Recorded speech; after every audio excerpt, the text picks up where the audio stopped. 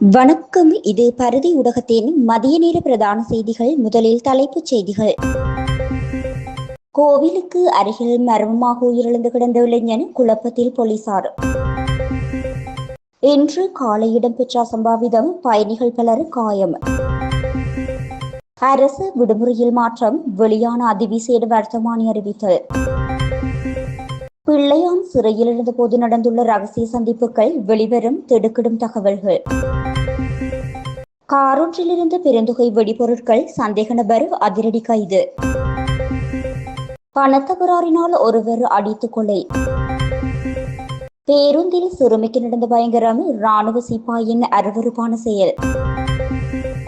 உயிர்த்து ஞாயிறு தாக்குதல் விசாரணையில் வெளியான புதிய தகவல்கள். இனி தொடர்பென விரிவான செய்திகள்.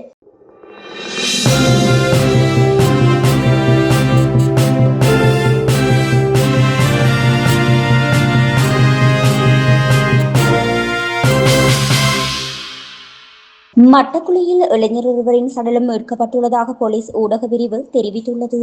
குறித்த பகுதியில் உள்ள கோவிலுக்கு அருகில் உள்ள கால்வாய் ஒன்றிலிருந்தே குறித்த சடலம் கண்டெடுக்கப்பட்டுள்ளது. இந்நிலையில் அந்த இளைஞரின் மரணத்திற்கான துல்லியமான காரணம் இதுவரை கண்டறியப்படவில்லை. மேலும் அவர் கடத்தப்பட்டு கொலை செய்யப்பட்டதாக வெளியான தகவல்கள் இதுவரை உறுதிப்படுத்தப்படாதவை எனவும் போலீஸ் ஊடக பிரிவு குறிப்பிட்டுள்ளது. சம்பவம் தொடர்பாக போலீசார் மேலதிக விசாரணைகளில் ஈடுபட்டு வருகின்றனர். பெலியத்தையிலிருந்து மருதானை நோக்கி பயணித்த சாகரிகா ரயில் தடம் புரண்டுள்ளது. பெலியத்த ரயில் நிலையத்திலிருந்து மருதானா நோக்கி சென்று கொண்டிருந்த சாகரிகா விரைவு அலுவலக சேவை ரயில் இன்றைய தினம் காலை வடவு பகுதியில் தடம் விலகியது. விபத்து நடந்த நேரத்தில் ரயிலின் பிரதான எஞ்சின் மற்றும் பயணிகள் பெட்டிகள் பிரிந்ததில் பல பயணிகள் காயமடைந்தனர். இந்த சம்பவத்தில் காயமடைந்த பல பயணிகளை உடனடியாக மருத்துவமனையில் சேர்க்க நடவடிக்கைகள் ஏற்கனவே எடுக்கப்பட்டுள்ளன. மக்கள் தங்கள் பணியிடங்களுக்கு பயணம் செய்யும் பரபரப்பான காலை நேரத்தில் இந்த விபத்து நிகழ்ந்ததால் ஆயிரக்கணக்கான பயணிகளுக்கு பெரும் சிரமம் ஏற்பட்டது. இதன் விளைவாக கொழும்பு மற்றும் மாத்தறை நோக்கி செல்லவிருந்த அனைத்து ரயில் சேவைகளும் முற்றிலுமாக நிறுத்தப்பட்டுள்ளன அல்லது கடுமையாக தாமதமாகியுள்ளன. அதன்படி காலையில் இயங்கும் மற்ற அலுவலக சேவை ரயில்களின் இயக்கமும் பாதிக்கப்பட்டுள்ளதால் பல பயணிகள் பல்வேறு ரயில் நிலையங்களில் சிக்கி தவிக்கின்றனர். வழித்தடம் சீரமைக்கப்படும் வரை ரயில் போக்குவரத்து பாதிக்கப்பட்டுள்ளதால் பயணிகள் நிலைமையை கவனத்தில் கொண்டு மாற்று போக்குவரத்து வழிகளை பயன்படுத்துமாறு அதிகாரிகள் அறிவுறுத்தியுள்ளனர். மே மாதம் 31ஆம் தேதி அரசாங்க விடுமுறை தினமாக பிரகடனப்படுத்தி பொது நிர்வாக உள்நாட்டு அலுவல்கள் மாகாண சபைகள் மற்றும் உள்ளூராட்சி அமைச்சு அதிவிசேட வர்த்தமானி அறிவித்தலை வெளியிட்டுள்ளது. 2026ஆம் ஆண்டுக்கான அரசு வெசாக் உற்சவத்தின் உத்தியோகபூர்வ நிகழ்வு மே மாதம் 30ஆம் தேதி ஏற்பாடு செய்யப்பட்டுள்ளது.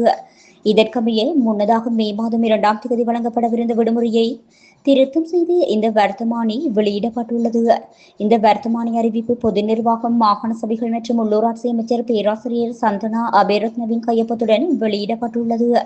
அமைச்சரவை தீர்மானத்திற்கிணங்க இம்முறை வெசாக் வாரம் மே மாதம் 27ஆம் தேதி முதல் ஜூன் மாதம் 2ஆம் தேதி வரை பிரகடனப்படுத்தப்பட்டுள்ளமை குறிப்பிடத்தக்கது. ஜோசப் பரராஜசிங்கம் படுகொலை சம்பவம் தொடர்பில் 2015 முதல் 2021 வரை பிள்ளையான் மட்டக்களப்பு சிறையில் வைக்கப்பட்டிருந்த சந்தர்ப்பத்தில் நடந்த பல சந்திப்புகள் தொடர்பில் தகவல் வெளியாகியுள்ளது. பிள்ளையானுடன் சிறையில் இருந்த ஒருவரின் சாட்சியத்தின் அடிப்படையில் இந்த தகவல் வெளியாகியுள்ளதாக குற்றப்புலனாய்வுத்துறையினர் கொழும்பு கோட்டை நீதவான் நீதிமன்றத்தில் தெரிவித்துள்ளனர்.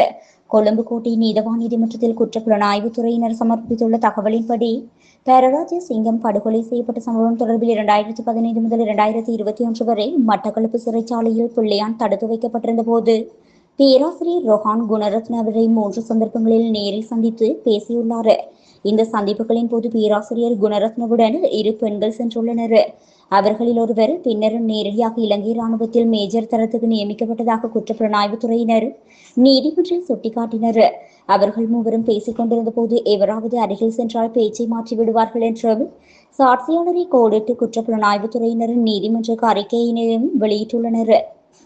தெற்கு அதிவேக நெடுஞ்சாலையின் கசகல நுழைவாயிலில் வாடகை காரில் கவனமாக மறைத்து வைக்கப்பட்டிருந்த வெடிபொருட்களை கொண்டு சென்ற சந்தேக நபர் ஒருவர் கைது செய்யப்பட்டுள்ளார்.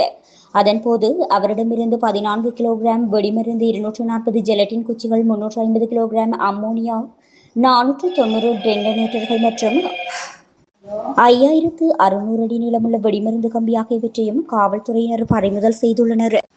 கைது செய்யப்பட்ட நபர் முள்கிரிகல பகுதியைச் சேர்ந்த 57 வயதுடையவர் என தெரிய வருகின்றது. விசாரணையின் போது பாறைகளை உடைப்பதற்காக இந்த வெடிபொருட்கள் கொண்டு செல்லப்பட்டுள்ளமை கண்டறியப்பட்டுள்ளது. கொரோனாவில் பகுதியில் இடம்பெற்ற தாக்குதல் சம்பவத்தில் நபர் ஒருவர் உயிரிழந்துள்ளார்.